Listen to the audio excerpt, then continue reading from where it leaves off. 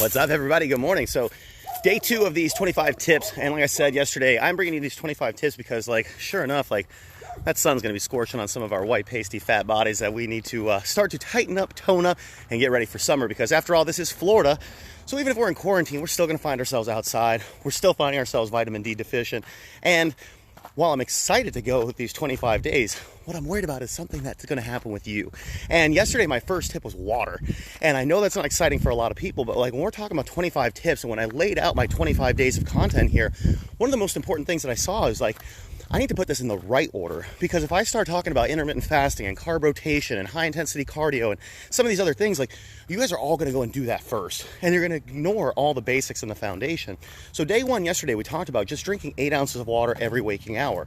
So 16 hours a day, 8 ounces, it basically puts you I think it's 128 ounces of water. So you basically have a gallon of water without even having to get thirsty throughout the day. So that's the first one. And the whole thing is you need your digestion to function, your energy to function, you need everything to stay hydrated, lubricated, and all that great stuff with water. So today we're going to talk about what I think is probably, I would have put this as the most important, because I like activity and I'm not a water drinker myself, but I know I need to hydrate. So today is combining activity with whatever you're already doing in life. And so I've been doing, we did a couple, it was Great American Teaching with Dayspring. And one of the things that I found fascinating is the kids found the way we talked about fitness so much more, exciting than any of the other topics that I thought they would. And so here's the thing I want to bring to you is when you think of somebody who's extremely healthy in their 60s, 70s, 80s, to me, those people, maybe they go to the gym, but that's not why they're in shape. It's because they walk their dog every day. They go play tennis, they golf, they bowl. They have recreational activities that are keeping them healthy, moving, mobile, and active. So it's something where everybody wants to try and put it all right, well, I'm going to start exercising, 50 minutes a day, and I'm going to start doing this many things, and they go from 0 to everything, and they can't maintain it or sustain it. So if number 1 yesterday was water, today, day 2, is combining activities to help relieve your mental stress. And here's what I mean. So I read a book I guess it was around Christmas break. It's High Performance Habits by Brendan Burchard. And the whole idea is they took, I think it was a couple 100,000, top achieving people. So, when they say high performing, it wasn't only being good at their job, but they also had happiness, satisfaction with their work. So it wasn't just stressed and working hard. It was high performers, they were doing well, and they also had satisfaction with their work. And one of the things that they found is that a high performer works an average of 52 minutes, and then they take a break. So think about that. They work 52 minutes, then they take a break. For somebody like me with ADD, that is comfort and music to my ears. But the whole idea is you're constantly battling between mental strength and toughness and physical strength and toughness. And each one of those is getting battled. And so what happens when we're constantly putting the mental toughness and the mental resilience we have during Corona, we have maybe being out of work, we have with having to learn Zoom and Google Meets and some of these things, we get so physically and mentally taxed, and we're under physically stimulated. So the whole idea with this is you're using the one to make the other stronger, and it's iron sharpening iron, and it's constantly making the other one better. So here's what happens. You work hard, you put a timer down for 50 minutes, you work your ass off, you get up and you do anything. It could be 100 jumping jacks, it could be some breathing exercise, you could do some squats, you could do anything that's active and moving, and you have 8 minutes. Go pee, go get water, go do something, and then you have to get back to work. But what you're going to find is your brain's going to be sharper, your blood flow is going to be moving, your physical, expenditures are now going to make your mental expenditures less impactful, I guess. So here's the whole idea is the more times that you do something that you don't want to do, it builds up that strength, and it builds up that you just got to do it attitude, and it's one of those things that we all know we need to exercise, but a lot of times we don't want to do it. It's not fun. So now it becomes a part of your mental game, not just your physical game.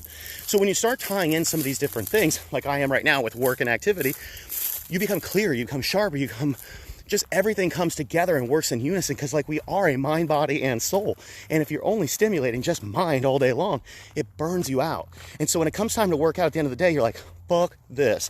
And I'm sorry if you guys have kids with you, but you said those words in front of your kids. And what happens is, even if you're not saying it verbally, your body's saying it physically.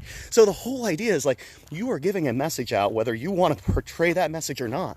But the whole idea is if you can start incorporating activity into your day, so that might be walking your dogs before you start your morning. It might be after dinner every single night. You and the family go out. It might be the time that you go and play catch with the kids outside. It might be your gym time or your boot camp time. But you need to incorporate these things into your regular day, because the more you try and change your life up, the more you try and put new things in that you don't want to do anyway, you're now going to go from a mentally stressful day to a physically stressful day, and one of those is going to crumble. Chances are it's going to be your physical side. And then once the physical side crumbles, guess what happens next? The mental side. Because you tell yourself then, I failed. I said I was going to do this, and I didn't. And so that's where we get too far ahead of ourselves. So when I say that day one out of your top 25 tips that I can give you to get lean and ripped for summer is drink water, it's because you need to stay hydrated. It's because you need to keep everything sharp and moving. You need to keep the digestion going. But number two, we got to start the movement with something that's natural.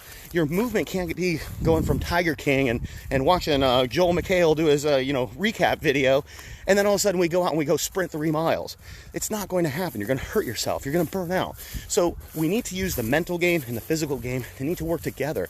And when you can start doing that, now when we talk about exercise tomorrow, and we talk about high intensity exercise and cardio the following day, and we talk about intermittent fasting and carb rotation and some of these other advanced tips, they don't overwhelm you because you've already been moving every single day. And if you work an 8-hour day and you've gotten up 10 times throughout that day, guess what?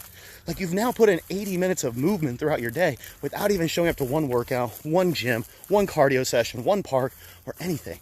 So it really comes down to this. 9 o'clock's coming up. Set your alarm for 52 minutes. Try it. Here's action step, day 2. Set your alarm for 52 minutes. When that 52-minute timer goes off, stand up. Do 100 jumping jacks. Do some arm rotations. Stretch your low back. Maybe, loosen up that core a little bit. Because we stay in this hunched over position all day long. We get tight, we get tired, and we get hurt. And that's not the way to get fit. So if we're going to have a great next 23 days after today, it has to start with day 1 and 2 of the foundation. Drink your water, 8 ounces every hour on the hour today, guys, while you're awake. And then every 52 minutes to end off every hour, get your ass up. Move. Go walk someplace. Go do something. And at the end of the day, you're going to be like, wow, I did a lot more than normal. And you don't feel like you had to force yourself to work out. The physical game sharpens the mental game. Mental game sharpens the physical game. They don't exist without each other. And you guys know that. If you're people who have backed off from working out, you're disappointed in yourself. You're frustrated. You're emotional. Guess what helps that? Being physical. So guys, get up, get active, drink your water today. Let's do this. I'll see you tomorrow for day 3. We get in some juicier tips tomorrow too. See you guys.